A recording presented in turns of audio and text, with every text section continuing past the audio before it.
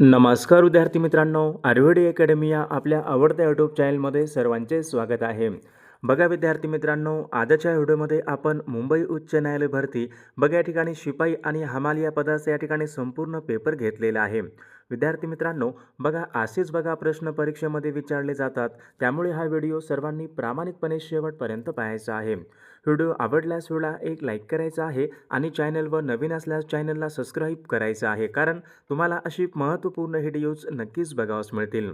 बघा या ठिकाणी प्रश्न क्रमांक पहिला बघा काय विचारला आहे. सेवाग्राम आश्रम खालीलपैकी कोणत्या जिल्ह्यामध्ये आहे? बघा याचं योग्य उत्तर काय असेल? सेवाग्राम आश्रम वर्धा जिल्ह्यामध्ये आहे, म्हणजे या ठिकाणी ऑप्शन क्रमांक 4 आपले योग्य उत्तर आहे. प्रश्न क्रमांक दुसरा बघा या ठिकाणी काय विचारला आहे. बैतूल मध्य प्रदेश. बैतूल मध्य प्रदेश या ठिकाणी कोणती नदी उगम पावते? बघा याचं योग्य उत्तर काय असेल? बैतूल मध्य प्रदेश या ठिकाणी तापी नदी उगम पावते, म्हणजे या ठिकाणी ऑप्शन क्रमांक 1 आपले योग्य उत्तर आहे. प्रश्न क्रमांक तिसरा बघा या ठिकाणी काय विचारला आहे. पंचगंगा नदीच्या काठावर खालीलपैकी कोणतं शहर आहे? बघा याचं योग्य उत्तर काय असेल? पंचगंगा नदीच्या काठावर कोणतं शहर आहे? तर या ठिकाणी ऑप्शन क्रमांक 3 यायला पाहिजे. पंचगंगा नदीच्या काठावर कोल्हापूर हे शहर आहे, म्हणजे ऑप्शन क्रमांक या ठिकाणी 3 आपले योग्य उत्तर आहे. प्रश्न क्रमांक चौथा बघा या ठिकाणी काय विचारला आहे. Gateway of India. Gateway of India हे भारताचं प्रवेशद्वार कोणत्या वर्षी बांधण्यात आलेलं आहे? बघा महत्त्वपूर्ण प्रश्न आहे, सर्वांनी योग्य उत्तर सांगायचा प्रयत्न करायचा आहे.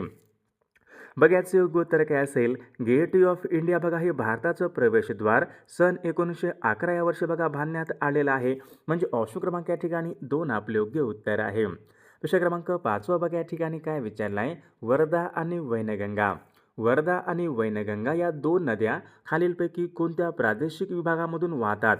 बघा या नद्या कुठे वाहतात? तर विद्यार्थी मित्रांनो या ठिकाणी ऑप्शन क्रमांक 3 यायला पाहिजे. वर्धा आणि वैनगंगा या नद्या विदर्भ या प्रादेशिक विभागामधून वाहतात, म्हणजे ऑप्शन क्रमांक या ठिकाणी 3 आपले योग्य उत्तर आहे. प्रश्न क्रमांक 6 बघा या ठिकाणी काय विचारला आहे. दासबोध हा ग्रंथ खालीलपैकी कोणी लिहिलेला ग्रंथ आहे? बघा दासबोध हा ग्रंथ कोणी लिहिला होता?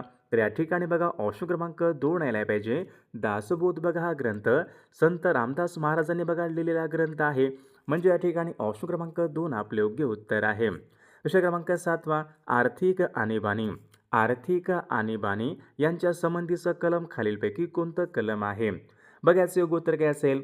आर्थिक आणीबाणी यांच्या संबंधीचं कलम म्हणजे कलम 360 हे कलम आर्थिक आणीबाणी यांच्या संबंधीचं कलम आहे, म्हणजे ऑप्शन क्रमांक 3 आपले योग्य उत्तर आहे. प्रश्न क्रमांक 8 बघा या ठिकाणी काय विचारला आहे. महाराष्ट्राचे नंदनवन. महाराष्ट्राचे नंदनवन असे खालीलपैकी कशाला म्हणतात? बघा याचं योग्य उत्तर काय असेल? बघा विद्यार्थी मित्रांनो, ऑप्शन क्रमांक या ठिकाणी 1 यायला पाहिजे. महाबळेश्वरला महाराष्ट्राचे नंदनवन असे म्हणतात, म्हणजे या ठिकाणी ऑप्शन क्रमांक 1 आपले योग्य उत्तर आहे. प्रश्न क्रमांक पुढचा बघा. सिंधुदुर्ग जिल्ह्याचं मुख्यालय कोणत्या ठिकाणी आहे? बघा याचं योग्य उत्तर काय असेल? सिंधुदुर्ग जिल्ह्याचं मुख्यालय कुठे आहे? तर ओरस बुद्रुक या ठिकाणी सिंधुदुर्ग जिल्ह्याचं मुख्यालय आहे, म्हणजे ऑप्शन क्रमांक 3 आपले योग्य उत्तर आहे. प्रश्न क्रमांक 10 बघा या ठिकाणी काय विचारला आहे. नेताजी सुभाषचंद्र बोस हे आंतरराष्ट्रीय विमानतळ कोणत्या ठिकाणी आहे? बघा सर्वांनी योग्य उत्तर सांगायचा प्रयत्न करायचा आहे. बघा याचं योग्य उत्तर काय असेल? नेताजी सुभाषचंद्र बोस हे आंतरराष्ट्रीय विमानतळ कोलकाता या ठिकाणी आहे, म्हणजे ऑप्शन क्रमांक या ठिकाणी 4 आपले योग्य उत्तर आहे. विद्यार्थी मित्रांनो, बघा आपल्याकडे मुंबई उच्च न्यायालय भरती शिपाई आणि हमाल या पदासाठी लागणारे असेच महत्त्वपूर्ण 6000 प्रश्नाचं महत्त्वपूर्ण PDF आहे. त्या PDF मध्ये आपण असेच महत्त्वपूर्ण प्रश्न टाकलेले आहेत. ज्यांना कोणाला हे PDF पाहिजे असेल तर 9922648129 या मोबाईल क्रमांकावर फक्त 199 फोनपे किंवा गुगल पे करायचे आणि व्हॉट्सअपला हाय करायचे. तुम्हाला 1 मिनिटाच्या आत हे सर्व PDF पाठवले जातील. याचा फायदा नक्कीच सर्वांना होणार आहे. प्रश्न क्रमांक 11 या ठिकाणी काय विचारला आहे. भारताला सर्वाधिक भूसीमा खालीलपैकी कोणत्या देशाची लागून आहे? कोणत्या एका देशाची सीमा भारताला सर्वाधिक लागून आहे? याचं योग्य उत्तर काय असेल? भारताला सर्वाधिक सीमा ही बांगलादेशाची लागून आहे, म्हणजे ऑप्शन क्रमांक या ठिकाणी 2 आपले योग्य उत्तर आहे. प्रश्न क्रमांक 12 या ठिकाणी काय विचारलाय. शांतिनिकेतनची स्थापना. शांतिनिकेतनची स्थापना खालीलपैकी कोणी केलेली आहे? बघा मागील परीक्षामध्ये प्रश्न विचारण्यात आला होता, शांतिनिकेतनची स्थापना कोणी केली होती? बघा विद्यार्थी मित्रांनो, ऑप्शन क्रमांक या ठिकाणी 4 यायला पाहिजे. रवींद्रनाथ बघा टागोरांनी शांतिनिकेतनची स्थापना केली होती. म्हणजे ऑप्शन क्रमांक 4 आपले योग्य उत्तर आहे. प्रश्न क्रमांक पुढचा बघा या ठिकाणी काय विचारला आहे, Deccan education society. Deccan education society यांची स्थापना खालीलपैकी कोणी केलेली आहे? बघा सर्वांनी योग्य उत्तर सांगायचा प्रयत्न करायचा आहे. बघा याचं योग्य उत्तर काय असेल, डेक्कन एज्युकेशन सोसायटी बघा यांची स्थापना लोकमान्य टिळकांनी केली होती. म्हणजे ऑप्शन क्रमांक या ठिकाणी 3 आपले योग्य उत्तर आहे. प्रश्न क्रमांक पुढचा बघा, हरिजन व यंग इंडिया ही वर्तमानपत्रे कोणाची आहेत? हरिजन व यंग इंडिया ही वर्तमानपत्रे कोणाची आहेत? बघा याचं योग्य उत्तर काय असेल, हरिजन व यंग इंडिया ही वर्तमानपत्रे महात्मा गांधीजी यांची होती. म्हणजे ऑप्शन क्रमांक या ठिकाणी 3 आपले योग्य उत्तर आहे. प्रश्न क्रमांक पुढचा बघा, मुघल साम्राज्याचे संस्थापक कोण होते? बघा मागील परीक्षेमध्ये हा पण प्रश्न विचारण्यात आला होता, मुघल साम्राज्याचे संस्थापक कोण होते? बघा याचे योग्य उत्तर काय असेल, तर बाबर मुघल साम्राज्याचे संस्थापक होते. म्हणजे ऑप्शन क्रमांक या ठिकाणी 3 आपले योग्य उत्तर आहे. बघा या ठिकाणी प्रश्न क्रमांक पुढचा काय विचारला, आयोडीनच्या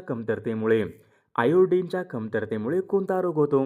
तर विद्यार्थी मित्रांनो, ऑप्शन क्रमांक 2 यायला पाहिजे.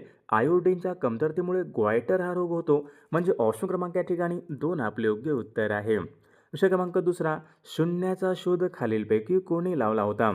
बघा याचे योग्य उत्तर काय असेल, शून्याचा शोध खालीलपैकी कोणी लावला होता? तर आर्यभट्ट बघा यांनी शून्याचा शोध लावला होता. म्हणजे ऑप्शन क्रमांक या ठिकाणी 2 आपले योग्य उत्तर आहे. प्रश्न क्रमांक पुढचा, मणिपूर या राज्याची राजधानी कोणती आहे? बघा सर्वांनी योग्य उत्तर सांगायचा प्रयत्न करायचा आहे. मणिपूरची राजधानी कोणती असेल? बघा अरुणाचल प्रदेशची कोणती आहे? दिसपूर आहे. बघा या ठिकाणी मणिपूरची मग कोणती यायला पाहिजे? इम्फाळ. म्हणजे ऑप्शन क्रमांक या ठिकाणी 3 आपले योग्य उत्तर आहे. प्रश्न क्रमांक पुढचा बघा, भारताच्या दक्षिणेला कोणता समुद्र आहे? भारताच्या दक्षिणेला समुद्र कोणता असेल? अरबी महासागर, हिंदी महासागर, बंगालचा उपसागर यापैकी नाही. भारताच्या दक्षिणेला हिंदी महासागर आहे. म्हणजे ऑप्शन क्रमांक 2 आपले योग्य उत्तर आहे. प्रश्न क्रमांक 5 बघा या ठिकाणी काय विचारलं आहे, भारताचे शेक्सपियर असे खालीलपैकी कोणाला म्हणतात? बघा याचे योग्य उत्तर काय असेल, भारताचे शेक्सपियर असे बघा कालिदास यांना म्हणतात. म्हणजे ऑप्शन क्रमांक या ठिकाणी 2 आपले योग्य उत्तर आहे. प्रश्न क्रमांक 6, क्षेत्रफळाच्या दृष्टीने जगामधला सर्वात मोठा देश कोणता असेल?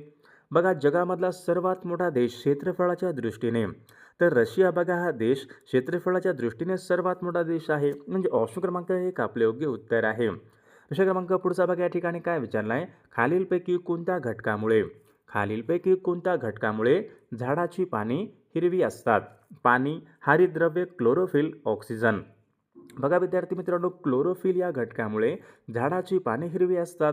म्हणजे ऑप्शन क्रमांक या ठिकाणी 3 आपले योग्य उत्तर आहे. प्रश्न क्रमांक पुढचा बघा या ठिकाणी काय विचारला आहे, महाराष्ट्रामध्ये पहिले मातीचे धरण कोणते आहे? बघा याचं योग्य उत्तर काय असेल, महाराष्ट्र राज्यामधलं पहिलं मातीचे धरण कोणतं? गंगापूर. बघा जे की नाशिक जिल्ह्यामध्ये येते. बघा गोदावरी नदीवरचं धरण आहे गंगापूर बघा हे धरण बघा महाराष्ट्रामधले पहिले मातीचं धरण आहे. म्हणजे ऑप्शन क्रमांक 2 आपले योग्य उत्तर आहे. प्रश्न क्रमांक पुढचा बघा या ठिकाणी काय, गुलामगिरी या पुस्तकाचे लेखक कोण आहेत? गुलामगिरी, शेतकऱ्यांचा आसूड, ब्राह्मणांचे कश्यप, तृतीय रत्न. बघा गुलामगिरी या पुस्तकाचे लेखक महात्मा ज्योतिबा फुले आहेत. म्हणजे या ठिकाणी ऑप्शन क्रमांक 2 आपले योग्य उत्तर आहे. प्रश्न क्रमांक 10 बघा काय, जगातलं सर्वात मोठं बेट कोणतं असेल? जगामधलं सर्वात मोठं बेट कोणतं आहे?